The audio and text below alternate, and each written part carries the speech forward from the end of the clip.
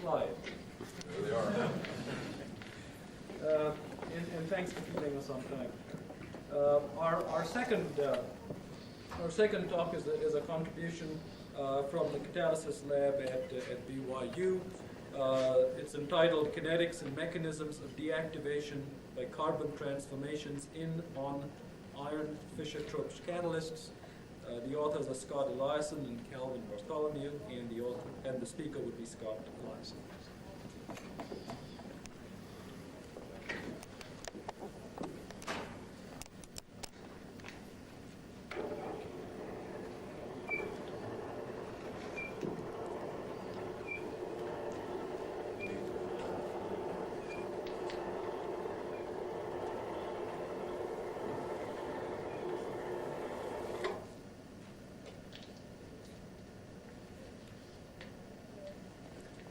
Well, it's a pleasure to be here today.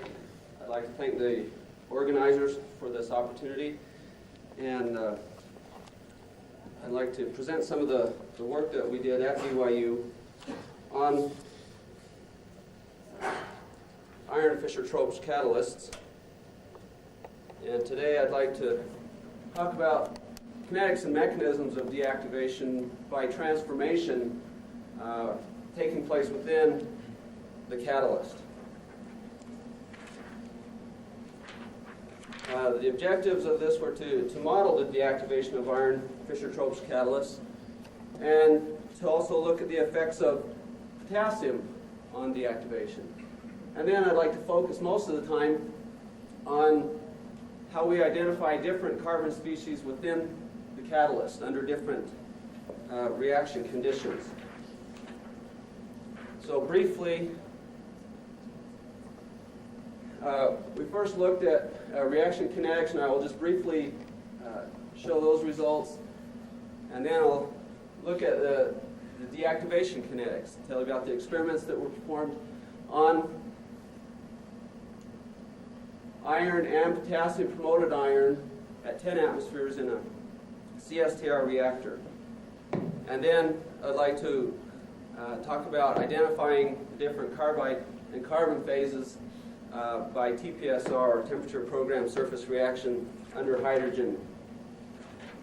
The catalyst for this study were prepared by decomposing iron nitrate with aluminum nitrate, the aluminum acting as a structural stabilizer, calcining, and then reducing at 400 in hydrogen prior to reaction. And then the catalysts that were promoted with potassium were then prepared by dissolving the iron nitrate onto the catalyst to get a potassium to iron ratio of 0.01.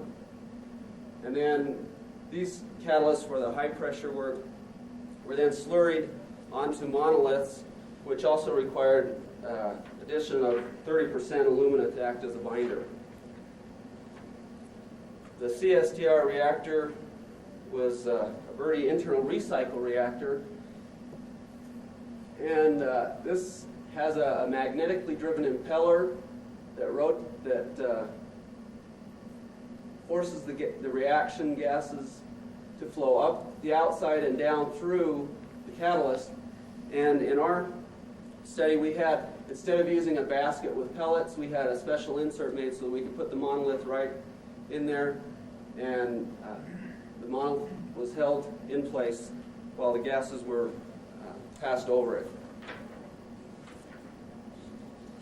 Just to show you some brief kinetic data, these were at 1 atmosphere, just in a single pass reactor.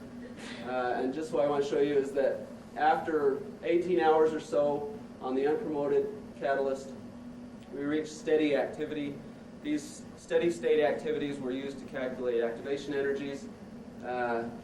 And with the potassium promoted catalyst at low pressure, in every case we saw significant deactivation. So we did get some activity data, and I'll show those in a minute. Now, similarly, at the high pressure, we see significantly higher rates, but again, after just a few hours, steady state activity, both on the unpromoted and the potassium-promoted catalyst. The results from this are shown in this slide, where we fit the activity data to a power rate law, and what we came up with was for the unsupported, unpromoted catalyst at 1 atmosphere, essentially first order in hydrogen and positive half order in CO with an activation energy of 101 kilojoules per mole.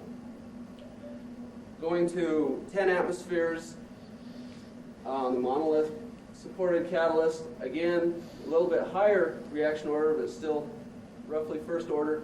The difference being it's almost negative half order. There was an increase in the CO partial pressure led to a decrease in activity. Again, the calculated activation energy was 101. And promoting with potassium, the hydrogen order decreased to about half order and essentially zero effect of CO and a little bit lower activation energy. Now looking at the activation that we observed first at 1 atmosphere, I show here two sets of data. The first one being potassium promoted and the second one being an unpromoted catalyst. Now the conditions, as you see here, are a little bit more extreme. The lower hydrogen CO ratio, higher temperature, and what we see is that it took about 3 days to decrease from its maximum activity to near a constant activity, non-zero. And with the potassium, we see that same effect occurring only on about a third of the time scale. Now when we analyze these for orders of deactivation using the power law expression of this form, where A is the activity, M is the deactivation order, we get calculated orders of deactivation of 3. However, when we use the generalized power law expression, which takes into account this non-zero activity at large times, we get essentially first order deactivation. This next one shows the experiments that were run at high pressure. This was where the focus of the work was. And just to show that we did experiments on both unpromoted and potassium-promoted catalysts at a variety of temperatures and also at a range of hydrogen and CO partial pressures. The data for varying the partial pressures I'm not going to go into because there were no real trends that could be observed, and it was similar to these data, but these at least can give us a little more insight. And what I just wanted to point out from this slide is that the initial, as the temperature was increased, you generally got a higher initial activity. And then you can see that, for example, at 280 degrees, significantly higher initial activity, but after 24 hours, you got lower activity than activities at lower temperatures, which started out at lower initial activities. And the results were similar for both the iron and the iron potassium. We can get a little better idea of what is going on here, or at least some intuitive feel for this. If we normalize the activities based on the maximum for each temperature, and what we see, as you might expect, is that at the lower temperatures, you see less deactivation. And here we show this is at 250, and then at each successively higher temperature, you get higher extents of deactivation, both on the unpromoted and the potassium promoted.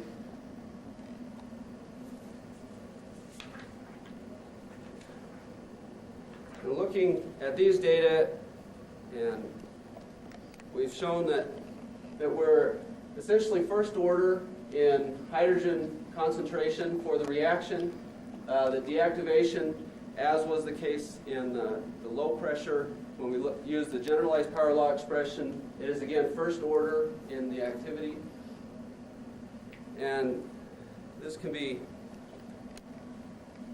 pointed out a little bit differently here, where we have the rate constants for the unpromoted going from 250 to 280 degrees C, increase it by a factor of 4, whereas for the potassium promoted, we see only a factor of 2 increase.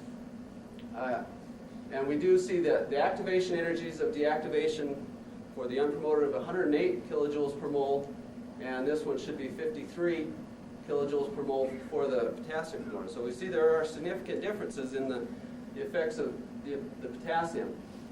And at the higher pressure of 10 atmospheres, the iron, the unpromoted, deactivates more rapidly than the potassium promoted. Now this is in direct contrast to the low pressure, where we saw that the potassium promoted deactivated much more rapidly than the unpromoted.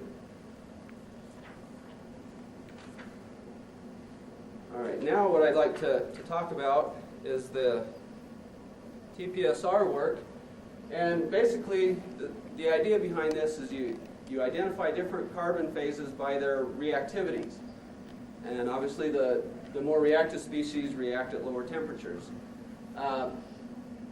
What we did was we took a small sample of catalyst, reduced it at 400, ran it under reaction conditions for several hours, and I'll give you those numbers here on the next slide.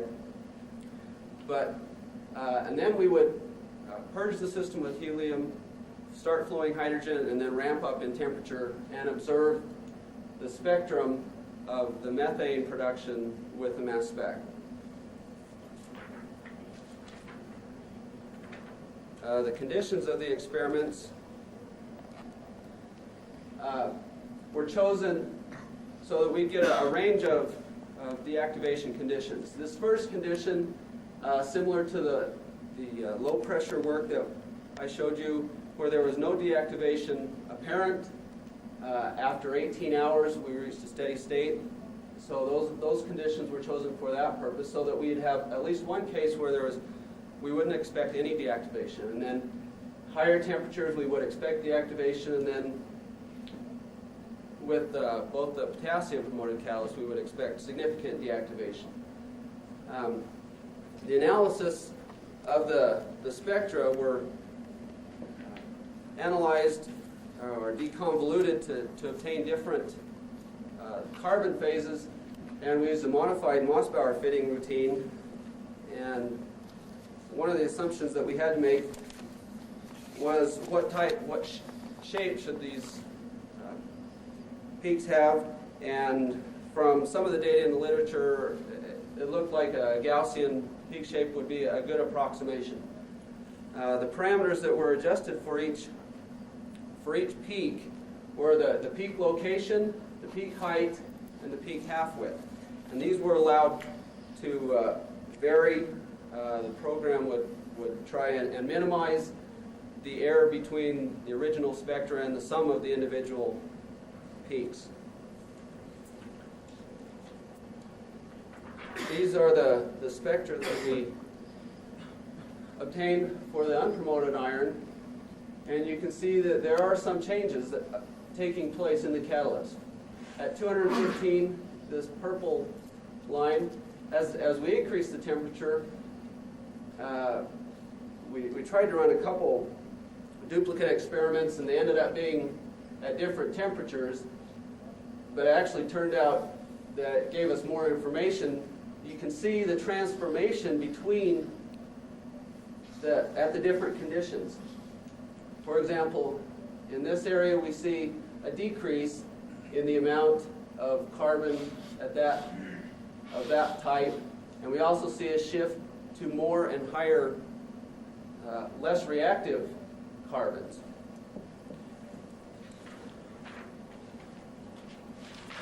Similar spectra for the potassium promoted iron showed similar effects, a redistribution of the carbon phases, as well as a shift towards less reactive or higher temperature phases. this shows an example of the peaks that we got from deconvoluting. And I should point out that the spectra were fit and additional peaks were added until they became statistically insignificant. And this was done using a partial F test. And so each of these spectra, I'll show all of them together on the next one. But I just wanted to show that different amounts of the different species, and we'll look at the amounts that these relate to. But the dotted line here is the sum of the individual peaks, and so you can see that does fit the observed spectrum very well. And obviously, the more peaks you have, the better fit you can get. But for example, this was the low pressure or the low temperature unpromoted case where we would not expect any deactivation. Addition of another peak, actually, if you can see this little blip right there, that is the next additional peak. So I feel pretty good that these are all significant peaks. And there's a lot of information here, but just some trends that I'd like to point out. This is in the order of expected extent of deactivation, and several things that we noticed. The first two peaks, the first one is a real broad, shallow peak, and this next peak are relatively unchanged over the course of the different experiments, or the conditions of reaction. This next peak, if you follow that down, you see that it decreases with the extent of deactivation, and also that this next bluish peak increases. And it also does increase as the temperature is increased on the potassium promoter. And then at the unpromoted case of 248 degrees reaction, we also see the addition of another peak in here that is also evident in the potassium promoted spectra. Just to reiterate some of that, these first two peaks, relatively unchanging as far as their peak location. These two, this one decreased, the temperature, peak maximum temperature decreased, while the other one increased, and these follow the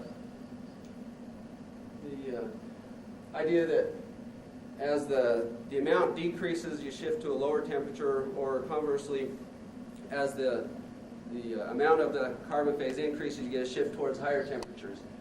And a shift towards higher temperatures was also observed in these other carbon phases.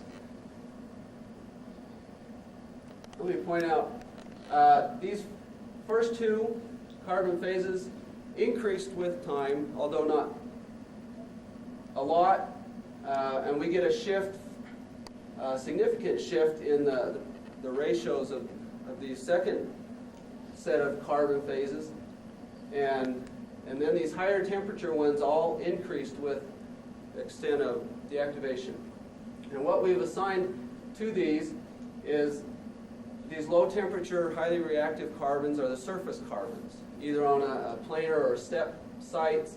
They do increase, and that's consistent with potassium promotion increasing the amount of carbon that you'd expect on the surface. These middle two gammas are assigned to Hague carbide and epsilon carbide, and the amounts of these correspond pretty well to some work that Niemans Verdriet and co-workers did, in which they looked at similar conditions to the first set of conditions, and they found a 2-to-1 ratio of the Hague to the epsilon carbide, and here we show about a 3-to-1, but that significantly changes as the carbon on the surface increases. You'd expect a transformation from the less carbon-rich to a more carbon-rich phase. And the beta phase we've assigned to an amorphous hydrocarbonaceous carbon that Dwyer has assigned the name of polymethylene, long chains on the surface. And then these latter two that are very high or low reactivity, we've assigned to different forms of graphite, one being more ordered than the other. And so the assignments are consistent with other data in the literature, so we feel very good about making those assignments.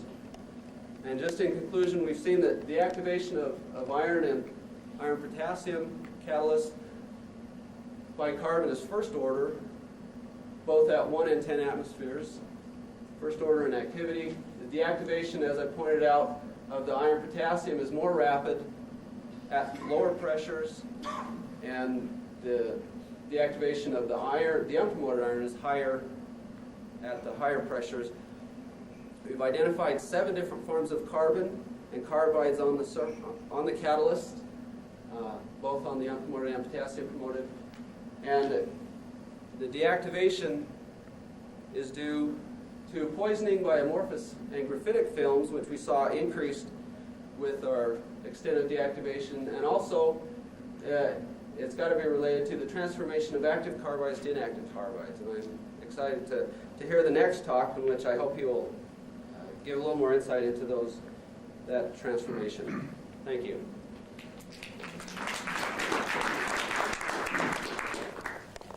We have time for questions.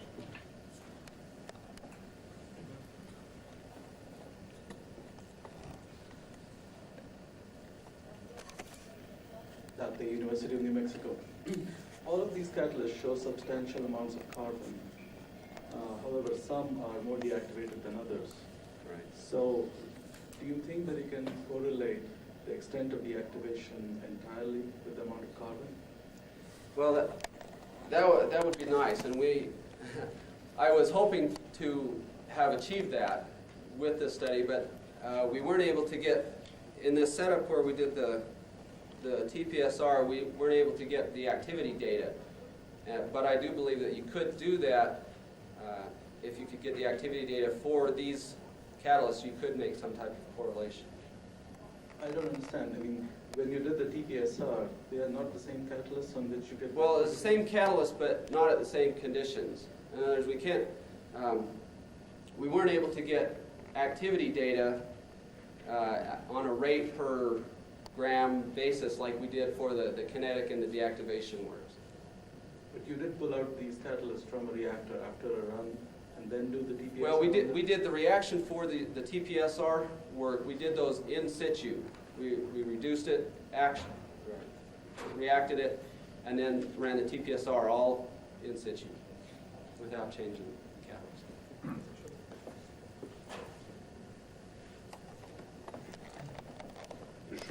So I wonder what the product distribution had been, because normally you also obtain liquid products which are liquid under reaction conditions, and those start to fill up the pores, and this then also affects the reaction rates, as we saw in our experiments. So you as well have had a different activation energy, the one being only half of that of the other. And so I wonder if this would as well a parameter in your studies. Yes? If you form liquids, and if those liquids fill up the pore, and then you find lower reaction rates. And so far, this is thought to be deactivation of the catalyst, but only mass transfer. Yeah, we didn't observe any liquid products in these reactions. But even if they are easily found in the gas vapor stream, there might be a small selectivity of 1 or 2 or 3%, and then finally they accumulate in the pores. Even the selectivity is not that high. Then normally it depends on the reaction conditions, the catalyst, but in most systems you have some liquids as well being made.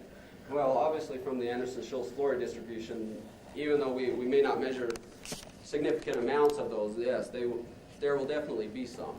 Should What were answer. alpha values?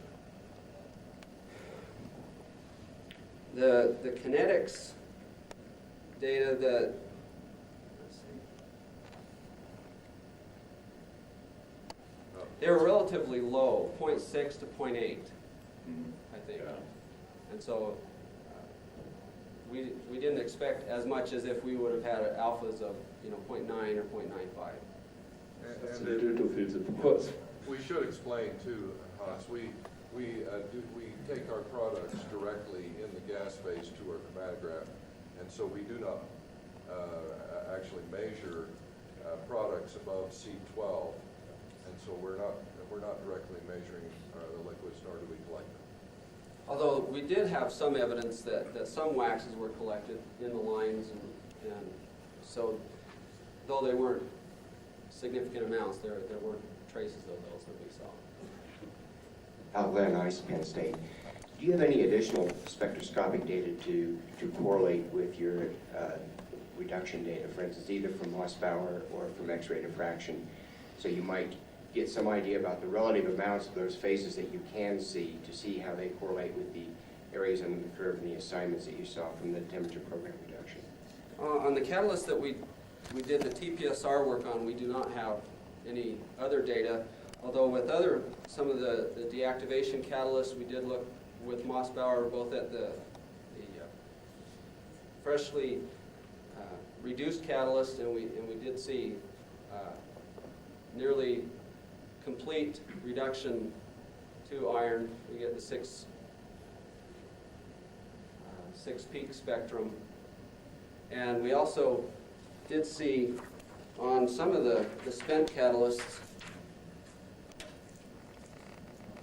although we didn't analyze these quantitatively, we did see the evidence of carbides in both from the catalysts that reacted at 1 atmosphere and at the 10 atmospheres. They'd probably be mostly Chi carbide.